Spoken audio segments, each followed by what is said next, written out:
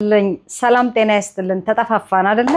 ዛሬ ልደቱ አያሌው እና ሪውዳን ሁሴን ነው። ኢትዮጵያ ወለራታችሁ አሁን ነው ወይ? አገር በመክዳት የምትከሱ ከሆነ ለምን ምኒልክን አትከሱም? ኤርትራን ከጣሊያን ጋር ተፈራርመው የጣሊያን አካል እንድትሆን የፈረሙት ምኒልክ ናቸው። በዚያ ከሆነ መሄድ ያለበት ምኒልክን ነበር መክሰስ ያለባቸው። ሁለተኛው ኢትዮጵያ ወለራታችሁ አሁን ነው ወይ? አገር በመክዳት የምትከሱ ከሆነ ለምን ምኒልክን አትከሱም? ኤርትራን ከጣሊያን ጋር ተፈራርመው የጣሊያን አካል እንድትሆን የፈረሙት ምኒልክ ናቸው። በዚያ ከሆነ መሄድ ያለበት ምኒልክን ነበር መክሰስ ያለባቸው። ሁለተኛው በጣም በሚገርም ሁኔታ ምናልባት የኢህአዴግ ተከራካሪዎች በተለይ አቶ ሬድዋን ሐሳቦችን ሲያቀርቡ በጣም ጥሩ ተፋሰስነት ወይም ፍሎ ስላለው የሚናገሩት ነገር እውነት መስሎ ይታያል። ግን በውስጡ ብዙ ችግሮች አሉት፣ ብዙ ስህተቶች አሉት። አሁን ኢህአዴግ የሀገር አንድነት የሉዓላዊነት ጠበቃ፣ ተቃዋሚዎች የሀገር አንድነት የሉዓላዊነት ጠላት ተደርገን ነው የቀረብነው። በምን ሂሳብ? ይህን ሂሳብ ማወራረድ ካለብን የሚቀጥለውን ምሳሌ ማየት አለብን። በመጀመሪያ ደረጃ የኢትዮጵያን ብሔራዊ ጥቅም አሳልፎ የመስጠት ችግር ቀደም የተከበሩ አቶ ወሰየ እንዳሉት ከባድመ ጦርነት በኋላ ከአልጀርስ ስምምነት በኋላ ከ93 ተሐድሶ በኋላ የመጣ ችግር አይደለም። በሱ አንስማማ። እናንተም ሆናችሁ ኢህአዴጎች ገና ከትምህርት ቤት ከከተማ ወደ ጫካ ስትገቡ ጀምሮ የነበረ ችግር ነው። ችግሩ የሚጀምረው ጫካ እንደገባችሁ የኤርትራ ህዝብ ጥያቄ የቅኝ ግዛት ጥያቄ ነው ብላችሁ በዓለም ለመጀመሪያ ጊዜ የጥቁር ሀገር የሆነችውን ኢትዮጵያ በቅኝ ገዥነት መክሰሳችሁ። በዚህ አላበቃችሁም። ለኤርትራ ነጻነት ከሻዕቢያ ጋር ቆማችሁ በሻዕቢያ ምሽግ ውስጥ ገብታችሁ ተወቅቱ የኢትዮጵያ ሰራዊት ጋር ተዋግታችኋል። አቶ አርከበ ምናልባት በአካል የነበሩበት ሚሽን ስለነበረ ይሄን የሚክዱት አይመስለኝም። በዛም አላበቃም። ደርግን አሸንፋችሁ ስልጣን ከተቆጣጠራችሁ በኋላ የኤርትራ ህዝብ ሪፈረንደም ከማካሄዱ በፊት ማንንም የዓለም ሀገር ማንንም ድርጅት ህዝባችሁ ለኤርትራ ነጻነት እውቅና ደብዳቤ ጽፋችሁ ነው የሰጣችሁት። የኤርትራ ህዝብን በሪፈረንደሙ ከባርነትና ከነጻነት የጠበበ አማራጭ ውጭ ሌላ አማራጭ እንዲቀርብ እንዲያደምጥ አላደረጋችሁ። በዚያ ድርድር ወቅትም ወይም በዚያ ሂደትም የኢትዮጵያ የባህር በር ጥያቄ አጀንዳ ሆኖ ለውይይት እንዲቀርብ አላደረጋችሁ። የውጭ መንግስታት ተወካዮች ዲፕሎማቶች ሳይቀሩ በዚህ ሂደት የኢትዮጵያ የባህር በር ጥያቄ መነሳት አለበት ሲሉ እንኳን ከናንተ መሪዎች ሲባሉ የነበረው አፋችሁን ዝጉ ነው።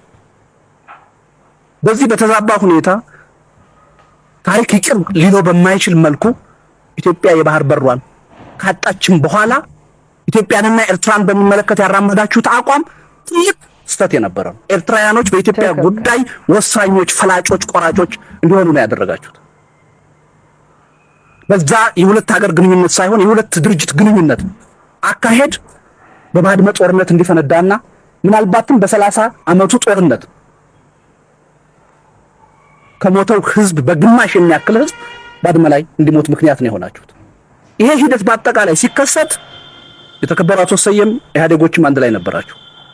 ስለዚህ የኢትዮጵያን ጥቅም አሳልፎ የመስጠት ጉዳይ በባድመ ጦርነት አይደለም የተጀመረው፣ ከዛ በፊት ረጅም እድሜና ታሪክ ያለው ነው። ይሄን አምን መቀበል ይገባል። ይሄን ካደረጋችሁ በኋላ እኮ ለምንድን ነው እኛን በሉዓላዊ ጠላትነት የምትከሱን? የባህር በር ጥያቄ ማቅረብ ስህተቱ ምንድን ነው? እኔ አንድም ተቃዋሚ እኛን ጨምሮ የባህር በርን በጦርነት እናስመልሳለን ሲል አልሰማሁም። እናንተ ባድመ ላይ ጦርነት ከፍታችሁ 60-70 ሺህ ህዝብ ሲያልቅ ጦርነቱ ጀስት ነው፣ ፍትሃዊ ነው፣ ጽድቅ ነው። ያለፉት ስርዓቶች ግን ለኢትዮጵያ ሉዓላዊነት፣ አንድነት፣ ለባህር በር ጥያቄ ጦርነት ሲያደርጉ ግን ጠባጫሪነት ነው፣ ወራሪነት ነው። ሀገር እንደው ደከመን እኮ ደከመን። ስለዚህ ይሄን ጉዳይ በደንብ ህዝቡ ያውቀዋል። ያለፋችሁበት ሂደት ነው፣ ሊካድ የሚችል አይደለም። ሁለተኛ የሉዓላዊነትን ጉዳይ የህዝብ ጉዳይ እንጂ የመሬት ጉዳይ አድርገን አናየውም ብላችኋል። ስህተት ነው። አዎ የህዝብ ጉዳይ ነው፣ የመሬት ጉዳይ ነው። ባድመ ለምንድን ነው የምትታገሉት? ውሳኔው ጎጆ ይሰነጥቃል ብላችሁ አይደል እንዴ? እንደዛማ ባይሆን ኖሮ የባድመን ህዝብ እኮ ወደ ትግራይ አምጥቶ አስፍሮ ያን ውሳኔ መቀበል ይቻል ነበር። ተገቢ ነው ብዬ ባላምን። ትክክል። መሬትም ወሳኝ ነው። የሉዓላዊነት አንዱ ጉዳይ ነው። ያለ መሬት፣ ያለ ወንዝ፣ ያለ ተራራ ህዝብ ሊኖር አይችልም። ሁለቱን አስታርቆ ማየት ተገቢ ይሆናል። ስለዚህ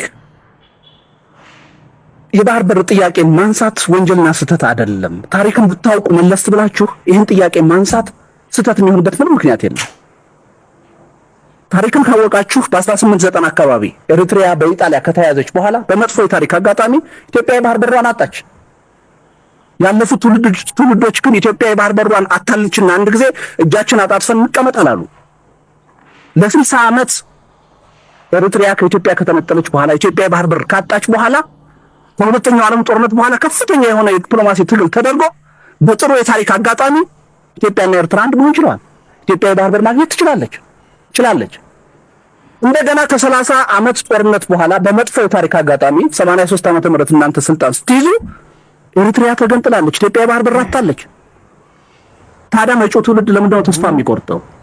ያለፈው የታሪክ ሂደት እኮ ተስፋ ባለመቁረጥ የነበረውን መመለስ እንደሚቻል እኮ አሳይቷል ታሪክ።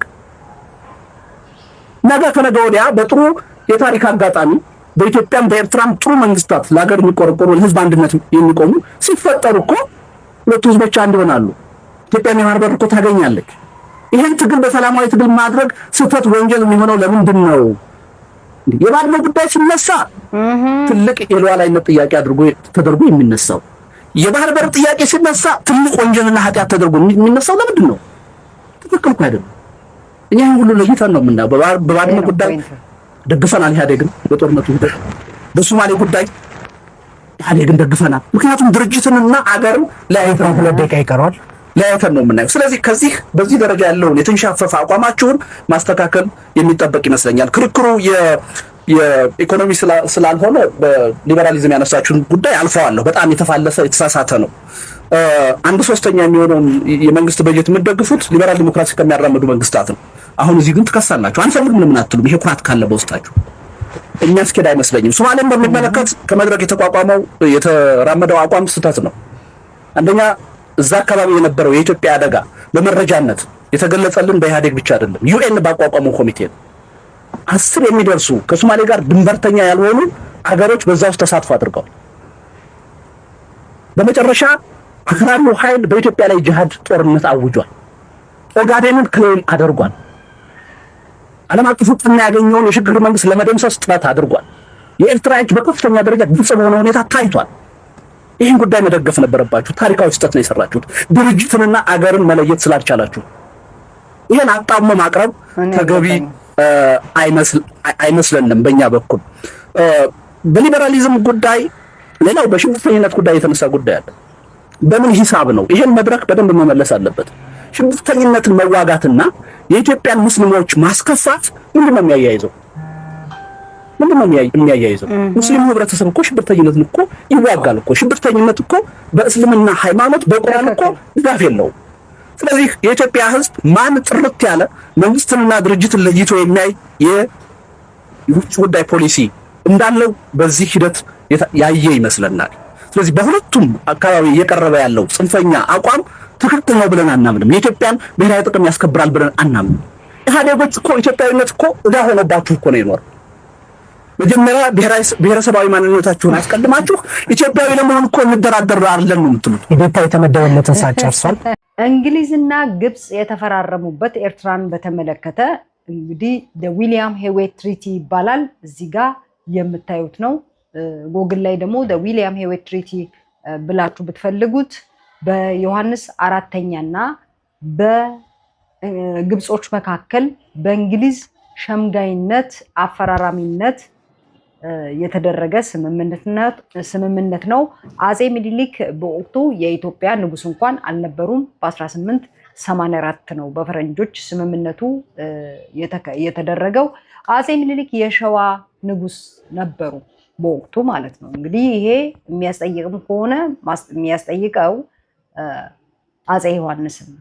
ግን አጼ ዮሐንስን ይሄንን ለምን አደረጉት ብለን ደግሞ ይሄን ያደረጉበት ምክንያት ስንመረምር ደግሞ የግዴታ መሳሪያ ከግብጽ ለማግኘት መስጠት ነበረባቸው ማለት ነው። ምጽዋን ከደርቡሾች ጋራ ያው ችግር ነበረባቸው። መጨረሻውም በዛው ጦርነት ነው አፄ ዮሐንስም የሞቱት። እንግዲህ አፄ ምኒልክ በወቅቱ የሸዋ ንጉስ ነበሩ እንጂ የኢትዮጵያ ንጉስ አልነበሩም። ኤርትራ የሚለውንም ስም ያወጣችው ራሷ ጣሊያን ናት። በነገራችን ላይ እኔ ምን ገብቶኝ ከሌላው ህዝብ ከገባው ጋር ልደቱ አያሌውን እንደጠላሁት አላውቅም፣ በፊት ማለት ነው። ግን ልደቱ አያሌው ትላንትናም ዛሬም ወደፊትም ያው ነው። በእውነት በጣም ነው የማመሰግነው። አይ ሰሉት ዩ ልደቱ አያሌው። ሰላሙን